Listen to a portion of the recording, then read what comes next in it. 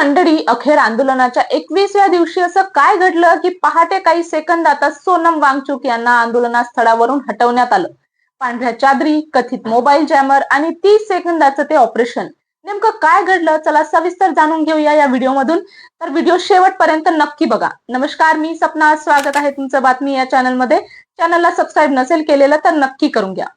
तर वेळ होती शनिवार 18 जुलैची सकाळ. दिल्लीच्या जंतर मंतरवर सोनम वांगचुक यांचं आंदोलन सुरू होतं. अचानक साध्या वेशातील काही पोलीस स्टेजवर पोहोचले. त्यांच्या हातात पांढऱ्या चादरी होत्या. काही क्षणात त्यांनी वांगचुक यांच्या भोवती घेरा घातला आणि कुणालाही काही समजण्याआधी त्यांना बाहेर उभ्या असलेल्या अँब्युलन्स मध्ये बसून थेट सफदरजंग रुग्णालयात नेलं.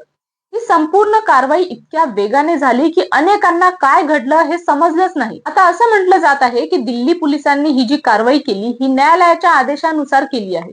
मात्र आंदोलनकर्त्यांनी सरकारवर गंभीर आरोप केले आहेत. वांगचुक यांना रुग्णालयात हलवल्यानंतर त्यांचे सहकारी अभिजित दिपके यांनी स्वतः आमरण उपोषण सुरू केलं आहे आणि सरकारवर जोरदार टीका केली आहे. आता सोनम वांगचुक यांनी 28 जून पासून हे उपोषण सुरू केलं होतं. नीट पेपर फुटीची चौकशी, केंद्रीय शिक्षण मंत्री धर्मेंद्र प्रधान यांचा राजीनामा आणि लडाखचा 6व्या अनुसूचीमध्ये समावेश या प्रमुख मागण्या होत्या त्यांच्या. पण दिवसागणिक त्यांची तब्येत खालावत होती. अनेक विरोधी पक्षाचे नेते त्यांना भेटले, पण सरकारकडून कोणतीही चर्चा झाल्याचं दिसलं नाही. दरम्यान 20 जुलैला संसदेकडे मोठा मोर्चा काढण्याची घोषणा करण्यात आली होती. त्याआधीच पोलिसांनी ही कारवाई केल्याने अनेक प्रश्न उपस्थित झाले. माध्यमांमध्ये आलेल्या माहितीनुसार या कारवाईची तयारी आधीच्या रात्रीपासून सुरू झाली होती. पण सूत्रांच्या माहितीनुसार आंदोलनकर्त्यांच्या रोजच्या हालचालींचा अभ्यास करण्यात आला. अभिजित दिपके काही वेळासाठी आंदोलन स्थळापासून दूर गेल्यानंतर कारवाई करण्याचा निर्णय घेण्यात आला. यासाठी पोलिसांकडे होते अवघे 30 सेकंद. म्हणूनच याला ऑपरेशन 30 सेकंद असंही म्हटलं जात आहे.